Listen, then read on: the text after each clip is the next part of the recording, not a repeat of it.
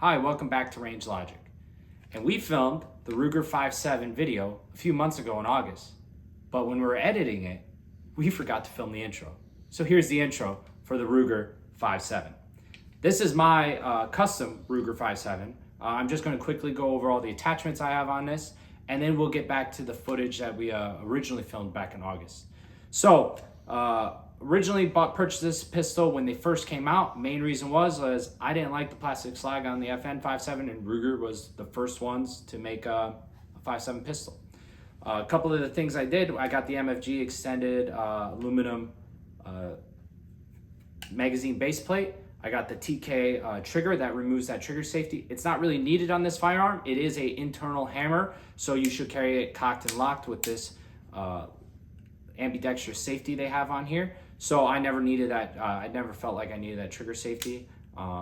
Additionally, I also bought the TK aluminum mag release. It's also extended. It helps out, especially for left-handed people. And then I also bought the extended slide lock. With that, I did swap out to the Ruger fiber optic front and rear sights. I believe that gives a better sight picture, but then I ended up going with Vortex Venom with the mounting plate. This particular mounting plate I never had loosen over time. It's actually quite a solid mounting plate. This is direct from Ruger. It's their mounting plate system. Had no issues with it. Coming down to the light attachment, I ended up going with the XH series lights. This is XH35, XH30, same thing. These interface with the Masterfire holster system, which later in the video you see me use. It ends up being pretty much the only holster that works with this size of a weapon. The other reason I went with this system is I can attach this light to any one of my other pistols with a pick rail, and my holster works for it. So that's a huge benefit for the Masterfire. And we might have some more videos coming out specifically about the Masterfire system. With that, the other attachment I did at the end was everybody's waiting for a threaded barrel to come out for this puppy. A threaded barrel came out shortly after, actually, within a year of this firearm coming out. However, it wasn't threaded in the proper way for me to attach a brake.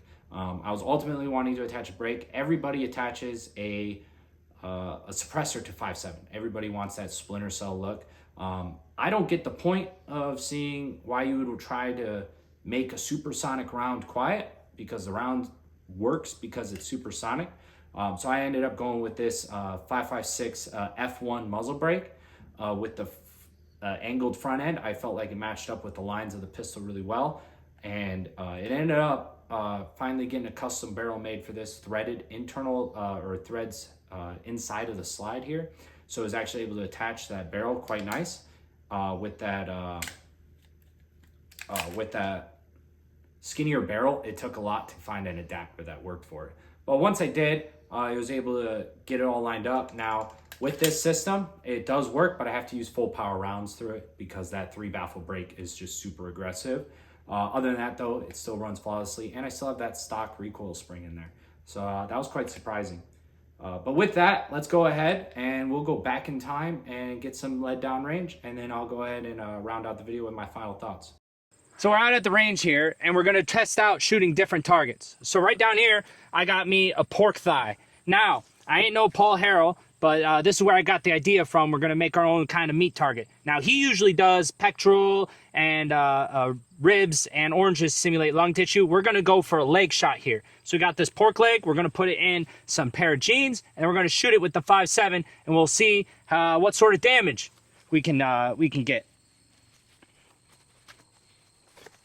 So this is skin side out, and what we're going to do is we're going to shoot the right side with 5.7 and the left side with 9mm, and we'll kind of compare the different amount of damage we get, and we can see what sort of outcome we get. All right, so we're backed up here about 10 feet away from the target. Remember, we're going to be shooting the right side of the target. Now, we wanted to use some self-defense rounds for this, so we can kind of see the actual effect that you would have if you're carrying such a weapon. So today we're using the Vanguard Blackfang.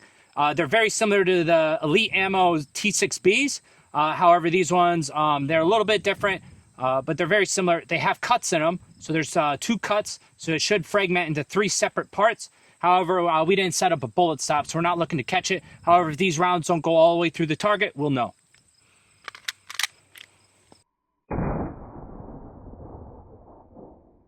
Let's go check that out. All right, so we got our entrance wound right here on the right side, just how I wanted. And now when we pull this back, we'll see what we got right there was the skin entrance.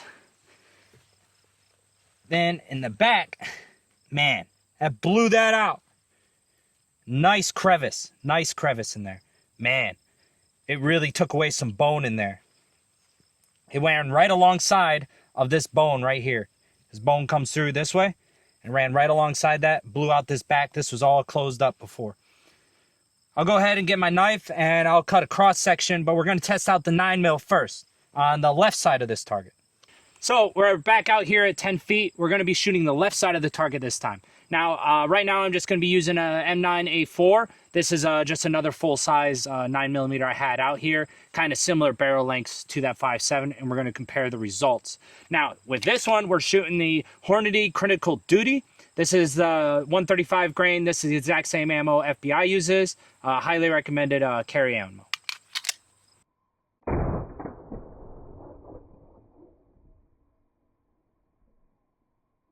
All right, let's go ahead and check these results. As you saw in the slow-mo, the entire piece of meat moved back. So, as you can see, 9mm has quite a lot of what we call stopping power. All right, now let's go ahead and get this meat out of here and take a look. So right there, that's that 9mm hole on the left side of that target. Quite impressive entry wound. Now looking at the back, man, look at that wound channel. Just disgusting. Blew out all of this meat. That hydrostatic shock that you get from the hollow point expanding in there, that's quite impressive. You can see it's only held on by tendons. Man, that's amazing. Now, the only other thing we could try doing is we could try shooting that bone dead center with that 5.7, see what the 5.7 does with that.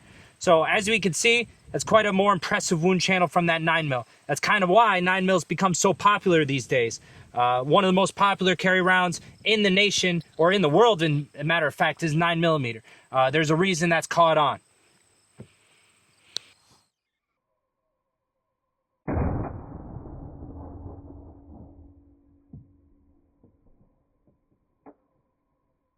All right, let's go ahead and look at our damage.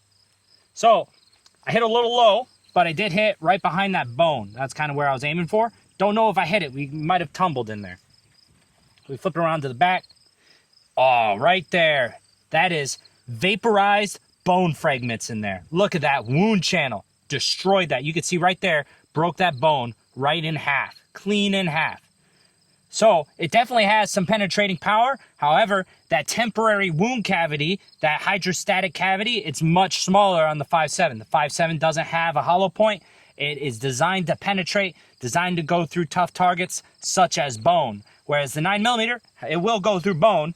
It creates much more of that hydrostatic shock that you might get from you might find more desirable when you get that temporary wound channel. But that's quite impressive. I'm going to get my knife out. We're going to go ahead and cut this open and see what we can figure out. All right, we're going to go ahead. I want to shoot the top of that since I hit really low with the 5.7. I'm going to try to hit high on the bone with the 9mm so we can compare the difference.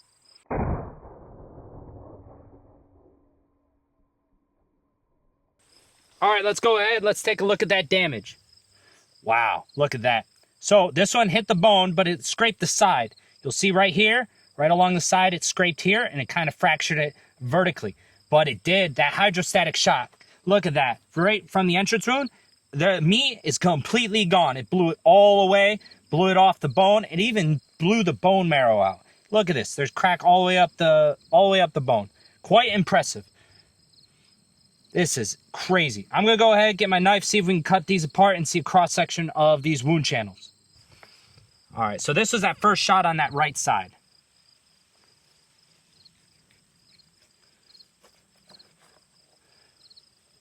So we're looking in here. Right there was some cartilage. Right there's that wound channel. It looks like it went in a little bit more on an angle. And it looks like it's straight through that bone, so I won't be able to cut through that. Yeah, it looks like it ran straight through there.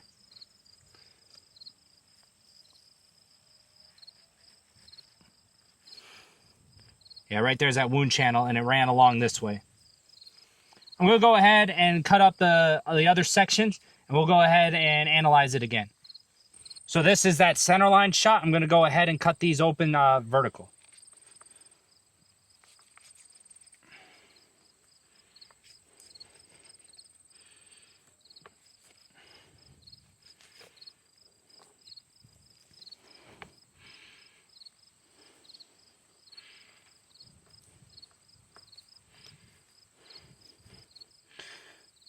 So this was that bone right here that we broke in half with that 5.7 round. Right there. That is impressive. Look at that. And then above that, the 9mm hit up here and it ran along the side and it cracked it over here because those cracks weren't there before. Quite impressive, honestly. Just absolutely vaporized that bone. In case there's any vegans watching and you didn't want to watch us shoot that meat target, that's quite fine. We're going to shoot some cans of pop and we'll kind of see the expansion difference between a 9mm and a 5.7 so you can kind of see what you're getting.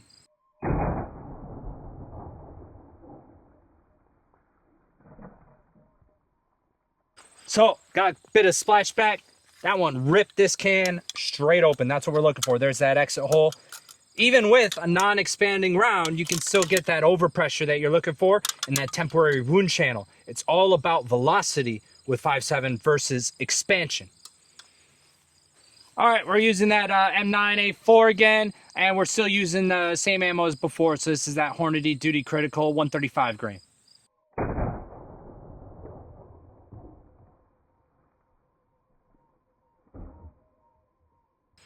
All right, looking at this destruction. Wow. So it looks like we hit the side of it, and right there's the entrance, and it tore through this side, blew it open. Still quite impressive.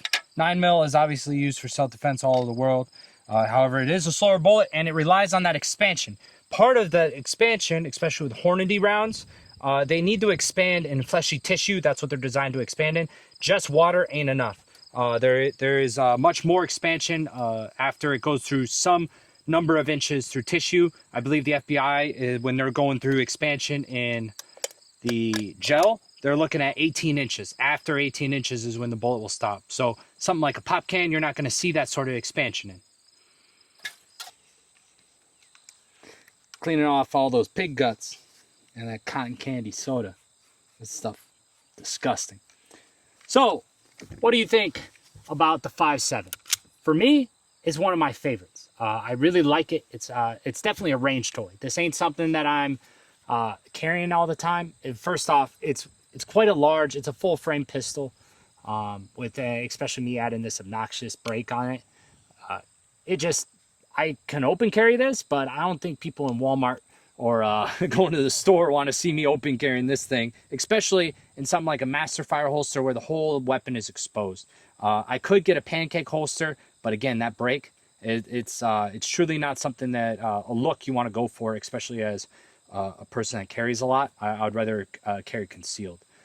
But however, if you were to not have all those things on it, this weapon isn't much bigger than a Glock 34. And it holds 20 rounds. If you have extended base plates, you can get all the way up to 25 or 30 rounds in this weapon. It's quite impressive having that many follow-up shots. That's the biggest benefit of 5.7. FN developed it back in the day, and when they did, they developed it for the P90, and that SMG, it's a 10-inch barrel. 5.7's a lot more potent out of a longer barrel, and 50 rounds on tap. Compared to the MP5 at the time and other SMGs, 5.7 was unmatched. Now, when we're looking at modern day SMGs and we're looking at the performance of 9mm, it's just so much more reliable and so much the performance is that much better. Once I put this brake on here, this weapon is a lot less reliable. Even today, when we're shooting that Vanguard, the Vanguard Blackfang ammo, they don't cycle properly in this. The only things I can get to cycle properly are the VMAX or T6Bs from Elite Ammo, or just the FN VMAX ammo. Those are the only two rounds that cycle once I got this brake on here, because this thing is just ridiculous for 5.7. But if you are looking for something unique, 5.7 is a good round. You saw the potential of the damage it can make. It's quite impressive, and it's a really good self-defense round with how light it is. A good example of a good use of 5.7 that's maybe more responsible than something like this is the Keltec PR57. That particular weapon has a 20-round built-in magazine with two 10-round clips that you reload from. That particular weapon is only, I believe it's 11 to 13 ounces, and when it's fully loaded, it's lighter than a Glock 26 fully loaded. It's also slimmer, and it has the same footprint of a Glock 48. So when we're looking at different weapons to buy, something like that, where it's a very soft shooting round, that might be better for somebody who has limited range of motion, or it's very difficult for them to load rounds, things like that. Or maybe they can't operate the thumb release. There's things like that where 5.7 has its place on the market. It just, maybe it's not replacing 9mm anytime soon. However, I like it a lot. I bring it out when I can and shoot some interesting targets. Also, there are some rumors that 5.7 goes through armor. I'm the first one here to tell you that a 5-inch pistol ain't going through any armor. 5.7 going out a 16-inch barrel, that's a different story, but you probably need hardened rounds. Those things aren't available for the civilian market. So we're not really worried about that when it comes to pistol carry, or even a P90 out of a 10-inch barrel. You're not going to get that sort of performance, especially out of such a tiny round. It's just hit or miss on if it can go through hard targets. Soft armor, again, hit or miss out of a pistol. It's just not getting the velocities it needs. Again, this round relies on velocity compared to 9mm. 9mm is just that much more oomph because it doesn't need that much velocity out of pistol barrels anyway. When we're looking at rifle lengths or even 10-inch barrels, things like that, 5.7 gets a lot more potent, a lot more deadly. And you can see that in just the foot-pound ratings. The foot-pound rating of a 5.7 round, you're getting about 250 foot-pounds. Out of a 9mm, you get up to 500 foot-pounds, maybe a little bit less, maybe a little bit more, depending on what hot loads you're running. So you can just get a lot more energy out of it. There's a lot more potential, especially with pistol lengths. With that, though, I hope you enjoyed the video, and I'm sure I'll be back again, and I'm sure Dan will prefer to do videos. I think he's probably a lot more experienced with that. But have a good one. Remember to like, comment, and subscribe, and have a nice day.